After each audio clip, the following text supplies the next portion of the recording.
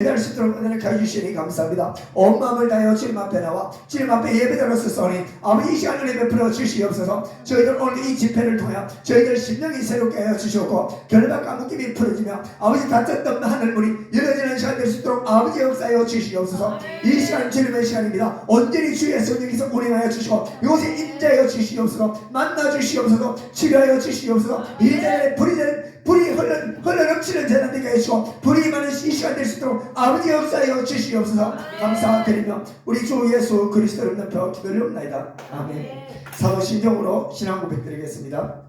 전능하사 천지를 만드신 하나님 아버지를 내가 믿사오며 그 외아들 우리 주 예수 그리스도를 믿사오니 이는 성령으로 잉태하사 동정녀 마리아에게 나시고 본디오 빌라도에게 고난을 받으사 십자가에 못 박혀 죽으시고 장사한 지 사흘 만에 죽은 자 가운데서 다시 살아나시며 하늘에 오르사 전능하신 하나님 우편에 앉아 계시다가 저리로서 산자와 죽은 자를 심판하러 오시리라. 성령을 믿사오며 거룩한 공예와 성도가 서로 교통하는 것과 죄를 사하여 주시는 것과 몸이 다시 사는 것과 영원히 사는 것을 믿사옵나이다. 아멘. 성경 말씀은 창세기 43장 8절부터 15절입니다.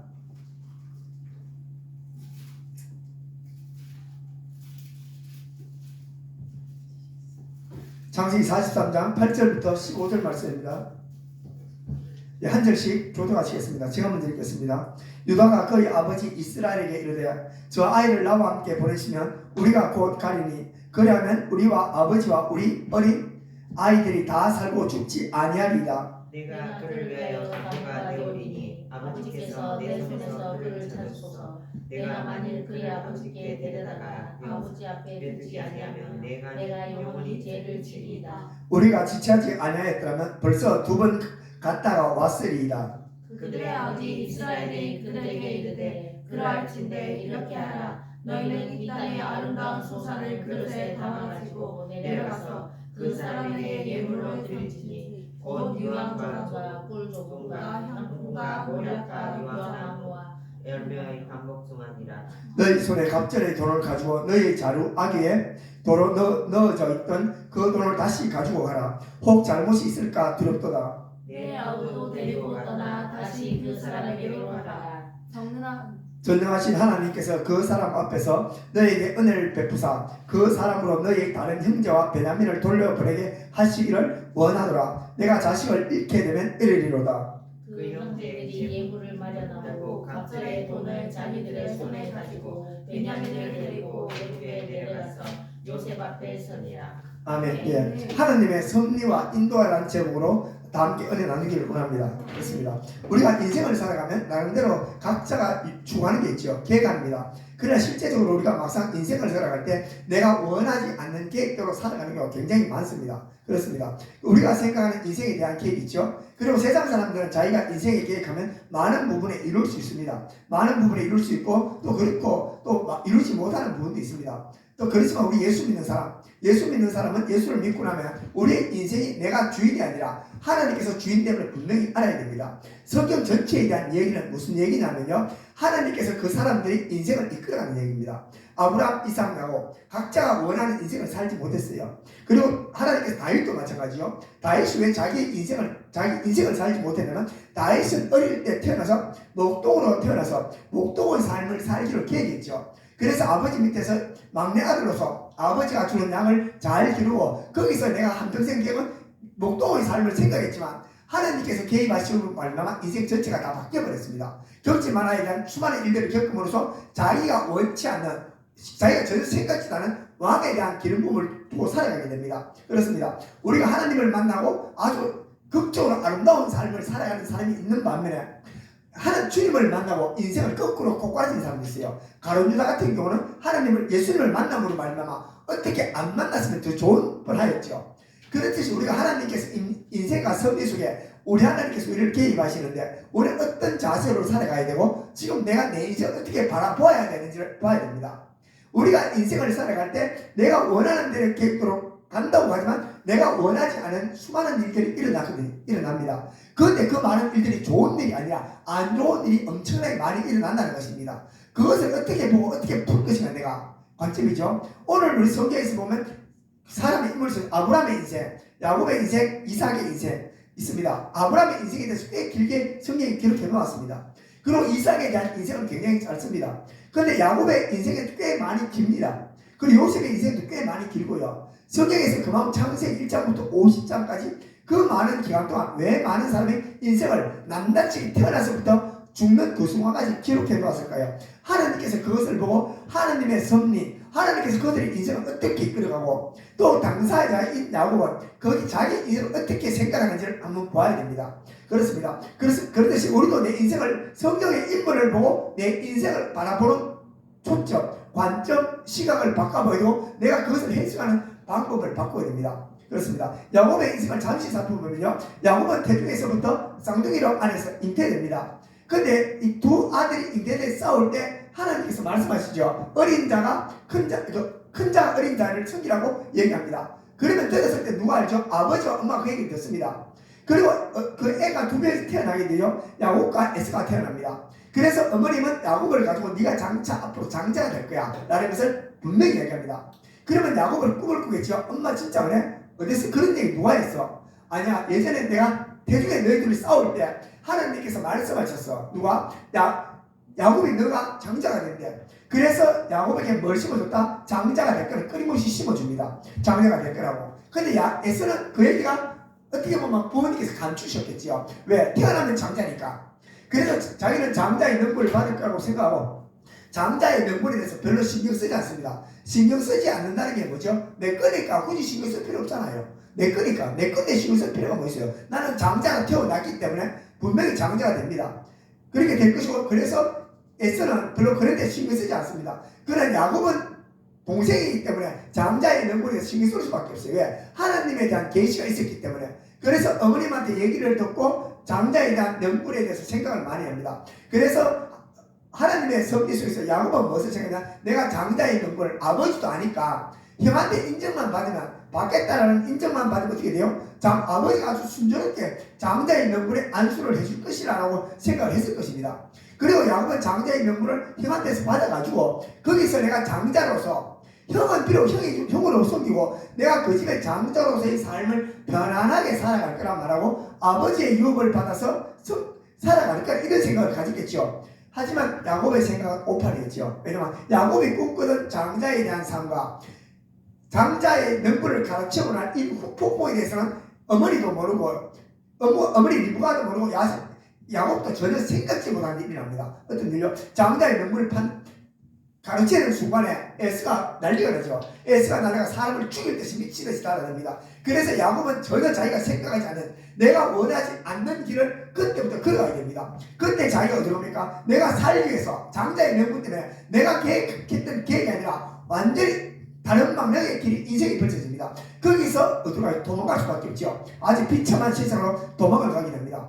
그가 하란으로 걸어갈 때 투덜투덜 걸어가면서 얘기했죠. 하나님 이게 뭡니까? 이게 뭡니까? 어머니 왜 이렇게 됐습니까? 이건 아니잖아요. 왜 이렇게 됐습니까? 라고 하소하면서 자기는 살기 위해서 하란으로 걸어갑니다. 하란으로 걸어가는 도중에 하나님께서 베델에서 만나주시죠. 만나주셔서 거기서 앞으로 하나님의 언약에 대한 말씀을 줍니다. 어머님 앞에 들었던 하나님의 장자에 대한 것을 하나님이 직접 만나서 사자를 통해서 만나줍니다. 내가 너를 통해 큰 민족을 이룰 거라고 말씀하고 계획하죠. 야곱은 그 꿈을 품고 갑니다. 하란에 어떤 일이 있을지 알까요? 저는 모릅니다. 외삼촌이 반갑게 맞아줄 거라 생각하죠. 외삼촌이 어머니는 좋은 분이니까 분명히 외삼촌도 좋은 분일 거야 라고 생각합니다.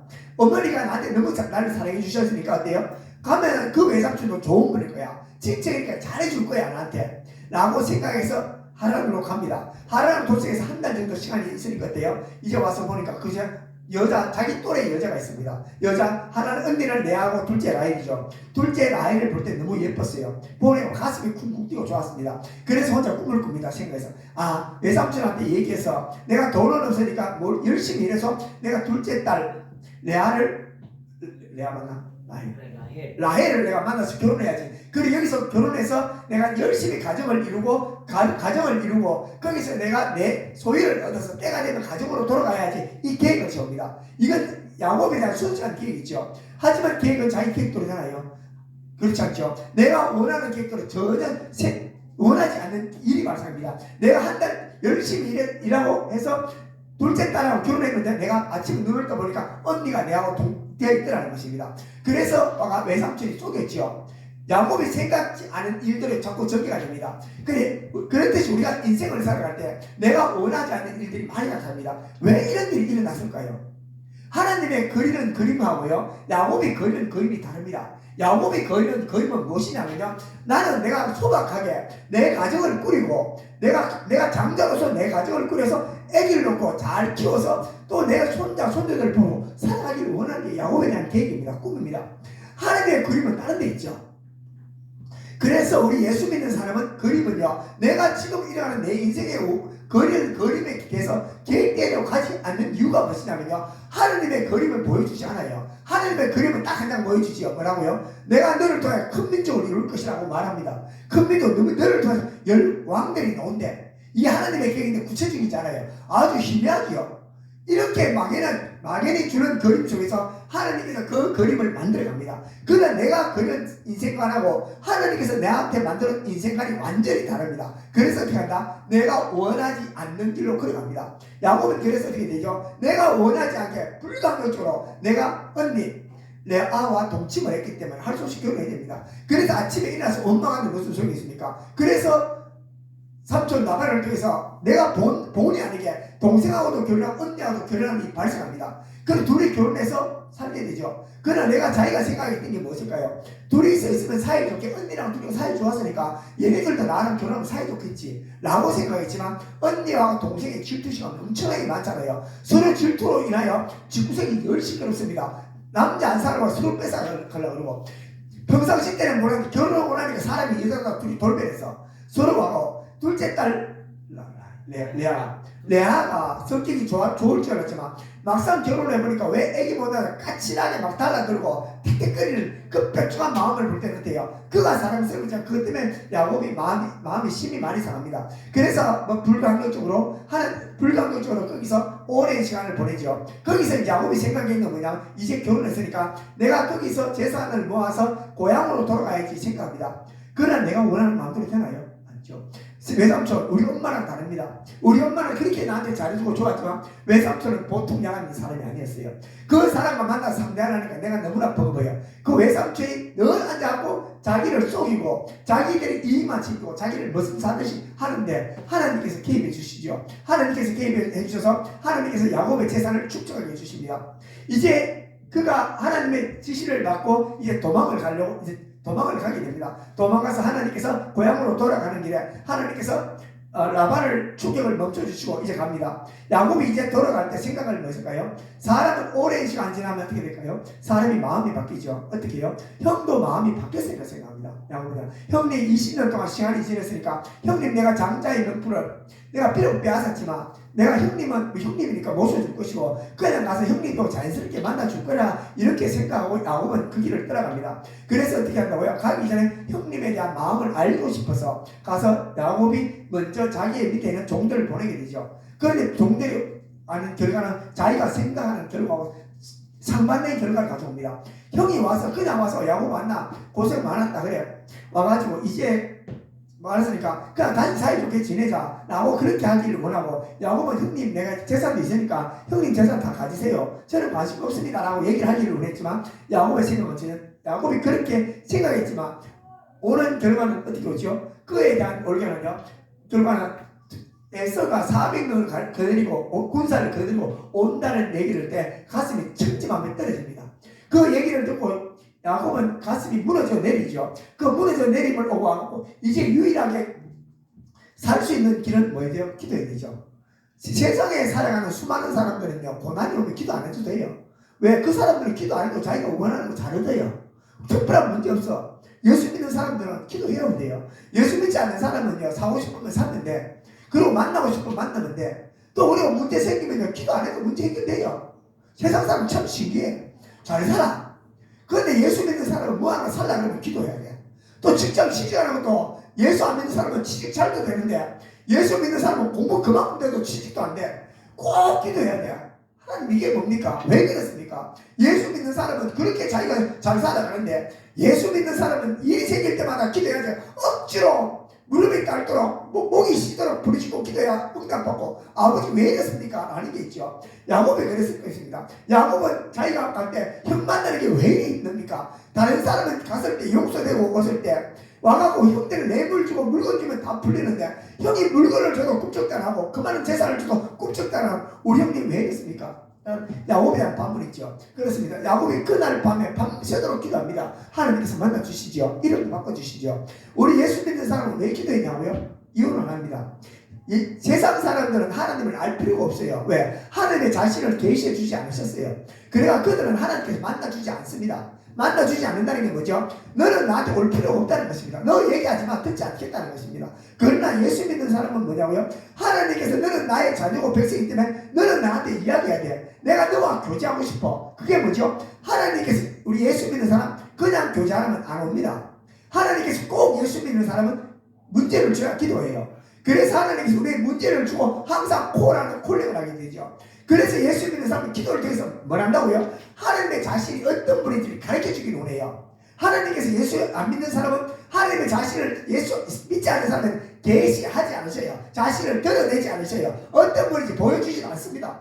그러나 예수 믿는 사람은요, 하나님께서 사랑하는 자녀에게 자신이 어떤 분인지 끊임없이 가르쳐 주기를 원해요. 야곱이 그때서 약복강에서 형에 대한 기도를 하지 않고요. 왜 내 인생이 이렇게 꼬여서 이 모양 이 꼴입니까? 라고 기도했더라면요, 하나님의 원대한 계획을 펼쳐 보여주겠지. 하지만 야곱은 그런 데 기도하지 않고 뭐라고요? 자신의 문제만 가지고 눈에 보이는 기도만 하게 됩니다.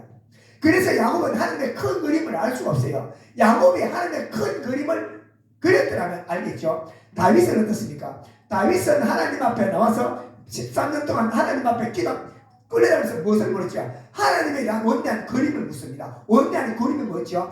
하나님, 내가 왜 이렇게 쫓겨다니고 왜 이렇게 살아야 됩니까? 라고 기도했을 때 하나님께 다윗을 뭐라고? 내가 너를 통하여 이스라엘 왕조를 세우라. 왕조를 세우면 내가 너를 통하여 하나님의 나라를 세우겠다고 끊임없이 계시합니다. 다윗은 하나님의 그림을 물었고 야곱은 무엇을 물었지요? 자기 자신의 현실적인 문제를 묻습니다. 우리는 어떻게 기도해야 돼요? 하나님, 내 인생의 그림이 무엇입니까? 나를 통한 원대한 계획이 무엇입니까? 라고 물으면 돼요. 12사도와 예수님을 따라다닐 때 그들은 예수님만 바라보고 그냥 눈에 보이는 것 같죠. 그러나 그들이 오순절을 성령의 기름을 먹고 이제 그들의 하나님 앞에 기도함과 뭐라 했죠? 하나님이 나를 통하여 이루실 일들의 큰 계획을 그림을 받았어요. 하나님께서 나를 통한 계획서를 받았거든요. 그 계획서를 가지고 내 인생을 끌고 가니까 크고 작은 문제에서 다 이길 수 있죠. 그렇듯이 우리가 인생을 살아갈 때 내 인생을 눈에 보이는 급급한 문제가 아니라 하나님께서 나한테 주신 인생에 대한 그림이 무엇입니까? 라고 하죠. 하나님께 야곱은 무슨 그림을 주셨죠? 하나님은 우리를 마지막 그림을 합니다. 하나님께서 마지막 그림은 뭐냐면 야곱을 통해서 애굽의 정착입니다. 왜? 애굽의 정착에서 이스라엘 야곱에 대한 자식을 애굽 전체에 정착시켜서 거기서 애굽에서 오랜 시간 동안 한 가정의 숫자에서 국가가 될 수 있도록 사람에 대한 인구의 정식입니다. 이게 하나님의 원대한 그림이셨어요. 야곱은 그걸 그림을 못 그렸잖아요. 왜? 하나님한테 묻지 않으니까. 단지 하나님께서 뭐만 가르쳐서 단말을 했죠. 내가 너를 큰 민족을 이루리라. 너를 아들 열왕이 넣으리라. 이 큰 그림을 얘기해 주셨습니다. 그걸 붙들고 기도했더라면 어떻게 보면 야곱이 이렇게 힘든 길을 걸어가지 않을 수도 있어요. 그렇습니다. 야곱은 에스를 만나서 이제 내가 원치 않는 길을 걸어갑니다. 거기서 야곱은 누구를 만나요? 하나님을 만나죠. 하나님을 만나서 하나님 어떤 분인지 알고 하나님께서 뭐래요? 또 하나의 계시를 줍니다. 야곱아, 내가 너의 야곱이라 하지 않아. 뭐라고? 너를 이스라엘로 바꿀 거야. 너의 인생을 바꿀 거랍니다. 너는 한 사람이 아니야. 너의 새로운 인생을 살아가고 내가 원하는 계획대로 너를 비춰가고 만들어갈 거야. 계획을 줍니다. 야곱은 그걸 인지를 못해요. 이게 뭐지? 이름만 바꿔준다고? 그래, 이름 바꿔주면 좋지 뭐. 하나님 이름 주시니까. 아니야. 하나님께서 야곱에게 하시는 말씀이 너의 인생을 내가 바꿀 거라고 말하고 너를 내가 앞으로 성경에서 기록하여 믿음의 조상으로 세울 거라고 원대에 대한 계획을 줍니다. 하나님께서 우리한테 뭔가 지시할 때 어떻게 돼요? 물어야 됩니다. 하나님 나한테 이것을 왜 말씀하시죠? 이것을 통해서 무엇을 원하십니까? 라고 물을 때 하나님께서 그에 대한 문제를 주시고 했을 때 답을 주신다는 것입니다. 우리한테 크고 작은 문제 있을 때마다 우리는 하나님 앞에 나와서 기도할 때 하나님 왜 이렇습니까? 뭐 때문에 이렇습니까? 야곱은 이것을 이제 하나님을 야복강에서 하나님을 만나고 문제 해결되고 이제 갑니다. 이제 자기가 생각했던 큰 문제 다 해결됐죠. 그러면 이제 가서 어디 가야 돼요? 이제 내가 가나안 땅 가서 형님 집 근처 숫곳에 가서 어디 가야 돼요? 이제 사람 살고 내가 원하는 삶, 야곱이 꿈꾸던 내 가정이 있죠. 자기가 꿈꾸던 가정이 무엇이냐면 내가 형님과 문제가 해결됐으니까 내가 원하는 곳에 가서 장막을 치고 거기서 내 소와 양들을 먹이고 내 자녀들과 잘 먹고 잘 살고 평생 있다가 손자 손녀들을 보다가 죽는 게 야곱의 꿈이었습니다. 이렇게 꿈을 꾸고 있죠. 꿈을 꿉니다. 그래서 숫곳에 가서 정착하게 됩니다. 근데 야곱이 원하는 뜻대로 되나요? 하나님께서 원하시는 곳은 숫곳이 아니었어요. 그가 또 다른 곳으로 이동하기를 원하셔. 하나님께서 원하는 곳을 몰고 가야 돼요. 그게 어디냐면 베델입니다. 베델, 헤브론으로 가야 되는데 거기서 하나님께서 문제가 일으키도록 허용하시죠. 디나의 문제로 말미암아 거기서 큰 문제가 일어납니다. 큰 문제가 일어나서 거기서 그 레이하고 시몬이 그 세겜 사람을 다 죽이죠. 다 죽입니다. 예, 세겜 사람을 다 죽임으로 말미암아 거기서 야곱이 엄청난 비틀어운 마음을 느낍니다.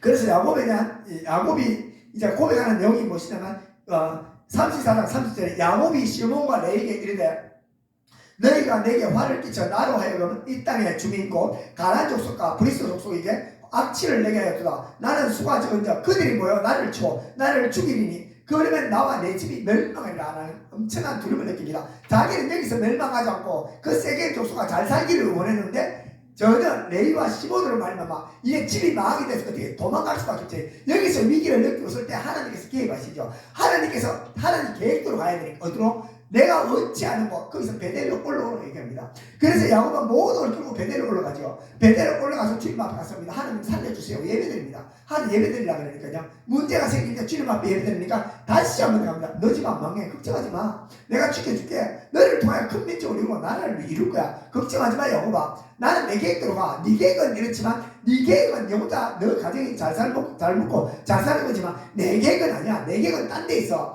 내가 너에게 얘기했잖아. 뭐라고? 너로 말하면 큰 민족을 이룬다 그랬잖아. 민족을 이루기 위해서 네가 민족을 이룰 수 있는 터전이 필요해. 너희들 가정 이스라엘 족속 다른 피들이 섞이지 않은 고유의 아브라함에 가는 혈통들이 모이는 것이 나는 원해. 그것을 끌고 갈 거야 라는 것을 말합니다. 근데 야곱은 전혀 눈치를 못 챕니다.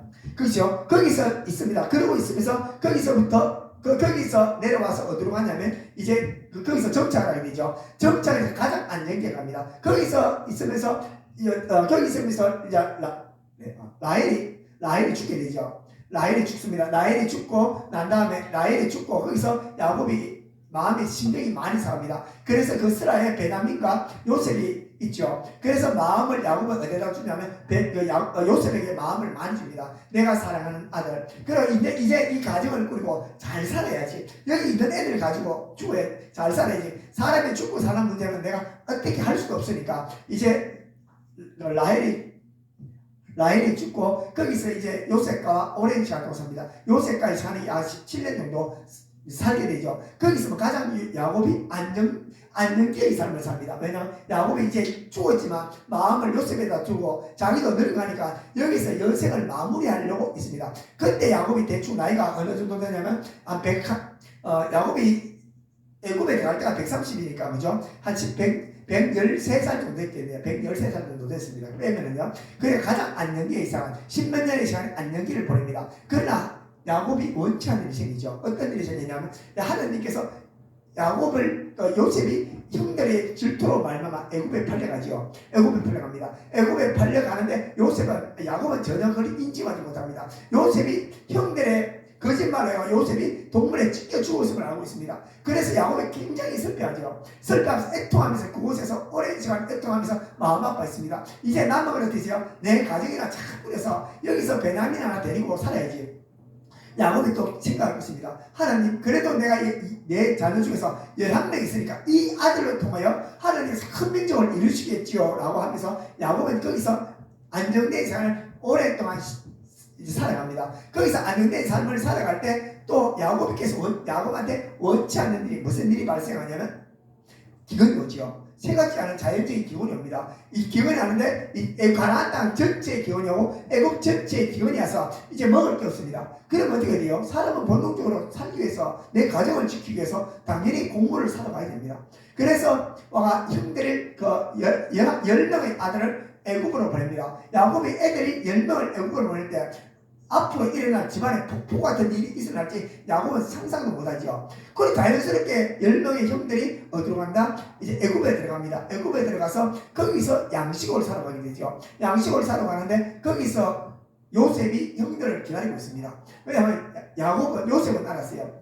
요셉은 기도하는 사람이었고 하나님께서 그 기도하는 사람이었고 형들이 기근이 들었으니까 가족들이 올 거라는 것을 알고 있었습니다. 그래서 모든 문마다 와서 자기 앞으로 다 모든 사람을 지나가도록 만들기 위해서 요셉이 나가서 형들을 맞이해서 그 친구들을 맞이합니다. 맞이해서 와가지고 그들을 불러서 얘기하죠. 와가 당신들은 좀 이상하다고 얘기하고 당신들이 출발지가 어딥니까? 물었을 때 저희들은 가나안입니다. 당신들 정탐인 것 같아? 당신들 진짜 와서 정탐하러 온 거 아니야? 라고 얘기하면서 나서 그러면 너희들 가족이 어떻게 돼? 물 때 아버지 있습니다. 가족 관계를 쭉 이야기합니다. 야곱이 요셉은 그걸 알죠. 그래 너 이상하게 따라와봐 라고 하면 자기 집으로 데려오죠. 자기 집에 와서 맛있는 음식을 주고 얘기합니다. 그리고 난 다음에 와서 너 아무래도 좀 이상해 정탐꾼이니까 너도 한 명 놔두고 시몬을 잡아놓고 10명을 보냅니다. 그러고 얘기하죠. 가서 너 동생 데리고 와. 동생 안 데리고 오면 너 다음에 양식 없어 라고 얘기합니다. 그 요셉이 형제들을 데리고 3일 동안 집에 묵으면서 하나님 앞에 기도합니다. 하나님 이 문제를 어떻게 처리해야 될까요? 하나님 맞습니다. 하나님 원대한 계획이 무엇입니까? 아버지께서 원하시는 계획을 알게 해주세요 라고 기도했을 때 하나님께서 요셉에게 뭐냐면 그들을 애굽 땅에 정착을 시켜. 그러나 그냥은 안 돼. 그들에게서 와가지고 시몬을 잡아놓고 보내봐. 왜냐하면 시몬을 잡아놓고 왜 베냐민을 풀어야 됩니까? 라고 물었을 때 내가 시키는 대로 내가 거기에 할 일이 있어 라고 말합니다. 그래서 요셉은 베냐민을 시몬을 잡아놓고 보내고 베냐민을 데리고 가죠. 베냐민을 데리고 갈 때 하나님께서는 야곱에 대해서 무엇을 다루냐면요, 하나님께서 야곱에 대한 성품을 다룹니다. 야곱이 가장 원했던 게 뭐죠? 야곱은 집착이 있습니다. 집착. 첫 번째 무엇에 집착했냐면요, 야곱이 가장 집착했던 게 어머님한테 들음으로 보니까 장자에 대한 직분에 대한 집착을 합니다. 집착을 장부의 직분을 얻습니다. 그리고 난 다음에 두 번째 가서 누구한테 집착을 하면 내가 가장 좋아하는 사람, 그 집착이 장자에서 라헬에게 집착합니다. 라헬에 대한 집착이 엄청납니다. 왜? 내가 사랑하냐. 그래 피리 꽂혔어요. 그 라헬에 대한 집착이 있고 라헬이 죽고 난 다음에 집착이 들어가죠. 요셉으로 갑니다. 요셉에 대한 집착이 너무나 강했기 때문에 요셉한테는 제색 옷을 입히고 특별한 대우를 하죠. 그 요셉이 사라지면 그 집착이 어디로 간다고요? 집착이 어디로 가냐면 저기로 갑니다. 베냐민한테 갑니다. 하나님께서 무엇을 알았다고요? 야곱에 대한 집착을 알았어요. 우리가 집착이 뭐냐면 욕심이죠. 욕심은 내 안에 탐심입니다. 탐심은 가난에 들어갈 수 없어요. 왜냐하면 내 안에 죄성이고 내 본성을 사랑하는 것이고 자기 사랑입니다. 하나님께서 야곱을 무엇을 다루기를 원하셨냐면 요셉에 대한 탐심을 다루기를 원하셨어요. 탐심을 다루기를 원하고 그 탐심의 문제를 해결해야 되죠. 그래서 요셉을 통해 요셉은 왜 베냐민을 데리고 오라는지 몰랐어요. 왜 몰랐구나 데리고 오라고 얘기하는 게 감동을 주셨기 때문에 베냐민을 데리고 오기를 원했고, 그들이 마음의 준비가 안 됐더라면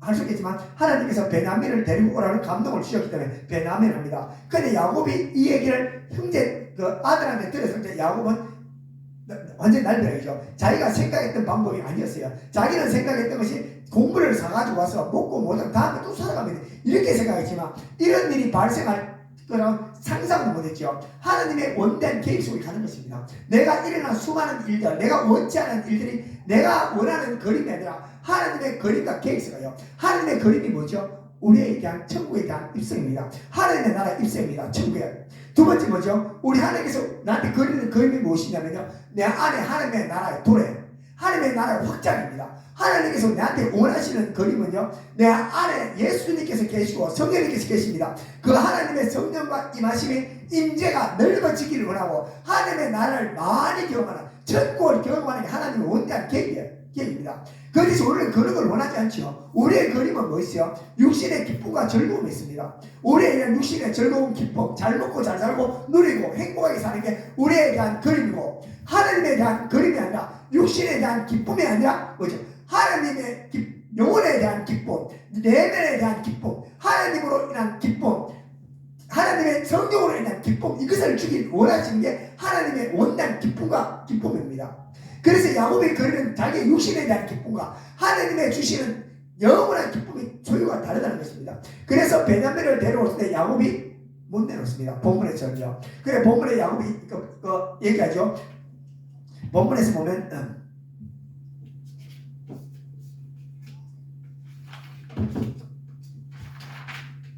유다가 얘기하죠. 유다가 얘기합니다. 아버지 이제 베냐민 주세요. 안 주면 안 됩니다. 왜? 이제 우리 양식 다 떨어졌습니다. 이 양식 다 떨어지고 베냐민 안 되면 못 가는데 아버지 베냐민만 붙들고 있으면 어떻게 된다? 우리 아들이 다 굶어 죽습니다. 얘기하죠. 다 굶어 죽어요. 그러면 베냐민 한 사람의 생명값하고 가족들의 생명이 다 걸려있습니다. 야곱의 선택이죠. 야곱이 베냐민을 붙들면 어떻게 돼요? 가족들이 다 굶어 죽습니다. 근데 야곱은 어떻게 돼요? 가족을 붙들면 베냐민은 죽을 가능성이 있거든요. 이 기로에 있어서 야곱은 밤에서 몇 년씩 오랜 시간 동안 고민합니다. 어떻게 되고요? 내 집착을 붙들고 있을 것인가? 내가 가족들을 헌신할 것인가? 이거에 대해서 엄청나게 집착하죠. 그러나 야곱은 기도하면 할수록 마음이 기웁니다. 내가 베냐민을 보내면 내가 보내고 내가 잃으면 잃고 이게 하나님 이때까지 나를 인도하신 하나님, 우리 하나님 이때 뒤돌아보면 그래도 나한테 선하게 하셨고 응답하신 하나님 내가 이제 베냐민을 내가 내 손에 놓습니다. 내가 놓는 것은 내가 설사 베냐민을 잃더라도 양식을 사서 가져와서 우리 온 가족이 산다면 아버지 내가 그걸로 만족하겠습니다. 마지막 결정을 하게 되죠. 그래서 와서 야곱은 베냐민을 따라서 보냅니다. 그렇죠. 여기서 하나님 교훈이 무엇이냐면요, 우리 예수님 한 사람이 죽으시며 우리 예수님 한 사람이 죽으심으로 말미암아 전 인류에 대한 구원이었죠. 베냐민 한 사람이 나감으로 이스라엘 백성들의 죽음에서 가족들이 다 살 수 있듯이요, 하나님께서 똑같습니다. 예수님 한 사람이 죽음으로 말미암아 전 인류에 대한 구원에 대한 은혜가 왔습니다. 야곱이 베냐민을 포기합니다. 그래 야곱은 이제 생각했겠죠. 이제 베냐민을 보내고 나면 그들이 돌아오면 다행이고 안 돌아오면 끝이 안 생각이죠. 그들이 잡혀서 노예가 되고 양식은 처음에 먹고 살겠지, 이렇게 그림을 그렸겠죠. 그리고 그들이 설사 또 베냐민하고 시몬이 돌아오면 고맙고 여러 가지 생각이 복잡했을 것입니다. 그래서 이제 보냅니다. 어떠한 결과가 있을지 모르죠. 그리고 가는 길이 열흘길입니다. 이제 가는데 열흘 걸리고 거기서 일정 시간 오는데 한 달이나 시간이 걸리겠죠. 야곱이 거기서 속이 탑니다. 속이 타죠. 그런데 하나님의 그림은 그게 아니죠. 상상도 못한 일이 발생하죠. 이때까지 야곱이 생각지 않았는데 내가 한 번도 생각지 않은 놀라운 일이 발생합니다. 그것을 내놓고 있을 때 어떻게 합니까? 그 안에 요셉이 자기 형들에게 자기가 총리인 것을 밝히고 죄가 되고 거기서 밝히고 요셉이 아버지한테 멀져요. 앉아 수레를 보내고 아버지를 모시고 오죠. 야곱이 생각지도 않은 일이 일어납니다. 이것을 무엇을 표명하냐면요, 야곱의 인생의 가난이죠. 야곱이 이때까지 광야 생활을 살았습니다. 자기 안에 내가 가장 소중했던 것, 가장 원했던 것을 내려놓으니까 어때요? 가장 내가 소중하고 원했던 것, 육신에 대한 기쁨과 즐거움, 만족하면서 내 눈의 기쁨과 내 마음의 일반 육신의 마음의 기쁨을 내려놓았더니만 어때요? 하나님께서 수레를 불어서 어디로요? 애굽으로 가잖아요. 애굽한테 내가 모든 게 잃었던 거 다 주십니다. 요셉도 만나주시고 베냐민 주시고 시몬도 만나주시고 거기서 뭐예요? 내가 이제 노력하지도 않았던 거, 내가 가꾸지도 않은 거, 하나님께서 무한정 공급하신 애굽을 그에게 경험하게 하세요. 하나님께서 무엇을 원하시냐면요, 하나님께서 우리에게 원하지 않는 인생을 우리를 이끌어 가십니다. 원하지 않는 인생, 우리가 원하지 않는 인생, 크고 작은 인생들이 일어납니다. 그런데 하나님께서 우리한테 진짜 주고 싶은 것은 야곱에게서는 애굽을 선물로 받았고, 그죠? 받았듯이 하나님께서는 우리한테 주시고 싶은 하나님의 나라를 주고 싶어요. 무한 공급하시는 나라, 하나님께서는 야곱에게 대해서 그 험악한 인생길을 걸어왔을 때 야곱이 진짜 하나님의 뜻과 계획을 알았더라면 순복했으면 더 좋았겠죠. 야곱이 한번 후회가 있겠죠. 내가 진작 베냐민을 올라보냈을 거, 진작 베냐민을 보냈더라면 이 일이 빨리 일어났을 것인데 내가 지체함으로 말미암아 얼마나 많은 시간이고 내 혼자 마음고생했는 것을 자기가 알 것입니다. 그렇듯이요, 우리가 하나님 앞에 어떻게 살아가야 될까요? 하나님께서 우리 인생을 어떻게 이끌시면 환경입니다. 야곱이 불가항력적인 환경이죠. 베냐민을 내려놓을 수밖에 없는 그 불가적인 환경 속에서 자기가 선택하면 됩니다. 내가 내 욕심을 선택하는 것이 아니라 대중적인 것. 나의 희생으로 다른 사람이 살 수 있다면, 나의 희생으로 다른 사람이 덕이 된다면 되는 것입니다. 이것이 하나님께서 인생을 이끌어가는 방법이죠. 하나님께서도 말씀하십니다. 예수님 한 사람 죽음으로 말미암아 전 인류의 구원의 역사가 왔고, 한 사람이 사도 바울이 복음의 전도함으로 전 세계에 생명의 복음이 전파됩니다. 하나님께서 우리한테 일어나는 수많은 일들 중에서 아버지 내가 무엇을 선택해야 될까요? 아버지 내 안에 욕심으로 선택하는 것이 아니라 하나님께서 원하시는 인생의 삶을 선택하도록 할 수 있도록 우리는 기도해야 됩니다. 그렇듯이 하나님께서 우리한테 주고 싶은 것은요, 우리한테 내 하나님의 나라의 평강을 주셔요. 평강을 주시고 그것을 누리고 살아가길 원하시는 게 하나님의 마음이라는 것입니다. 그렇습니다. 그렇듯이 우리가 또 인생을 살아갈 때 앞으로도 크고 작은 수많은 일들이 일어납니다. 불가능적인 일이 일어납니다. 그것에 적극적으로 대처하시면 돼요. 아버지 그 일을 어떻게 처리할까요? 무엇을 결정을 내려야 될까요? 아버지 내가 이 결정을 내릴 때 어떻게 결정될지 나는 모릅니다. 그러면 기도하시면 돼요. 하나님 내가 결정할 때 결정할 수 있는 마음을 주시고 선택할 수 있는 마음을 주시고, 아버지 내가 아무리 기도해도 나는 이것밖에 안 됩니다. 붙들고 기도할 때 우리 하나님께서 그 길을 열어주셔요. 하나님의 길은 수천 수만 가지입니다. 하나님께서 합력하여 선을 이루시고요, 하나님의 길을 내실 때 광야에서도 길을 내시는 분이 우리 하나님이시니까, 저와 여러분들이 하나님께서 분명히 나에게 선하신 분입니다. 야곱의 인생은 자기가 험악한 인생으로 얘기한 이유가 뭐냐? 자기가 원하는 인생길을 못 살았거든요. 자기가 원하는 삶을 못 누렸잖아. 그러나 하나님께서 마지막 정점에는 자기가 모든 걸 다 누렸잖아요. 와가 애굽에 들어가서 모든 걸 다 누립니다. 그렇듯이 하나님께서 우리가 인생 살아가는 중에서 크고 작은 많은 일들 중에서 많이 못 누리는 문제도 있어요. 하지만 어느 시점 가서는 다 누리게 해주십니다. 하나님께서 선하신 분이고요, 하나님께서 우리 가장 값지고 기름지고 아름다운 길로 인도하신 분이 하나님이시라는 것입니다. 그렇습니다. 그런데 저 여러분들이 한 주 한 주 살아갈 때 하나님 나의 인생길을 인도해 주신 주님, 지금 내가 이 삶이 비록 쓰고 힘들다 할지라도 분명히 하나님께서 좋은 길을 인도해 주십니다. 하나님의 원단 뜻과 계획은 나는 알지는 못하나 우리 하나님께서 알게 하여 주시옵소서. 기도하면서 알기로 합니다. 그리고 오늘 하루도 달려갑니다. 주님을 향해 달려갑니다. 내가 이 환경 속에서 오직 주님만 붙들고 달려가는 주와 여러분 되시기를 예수님으로 축원합니다. 기도하시겠습니다. 찬양하시겠습니다.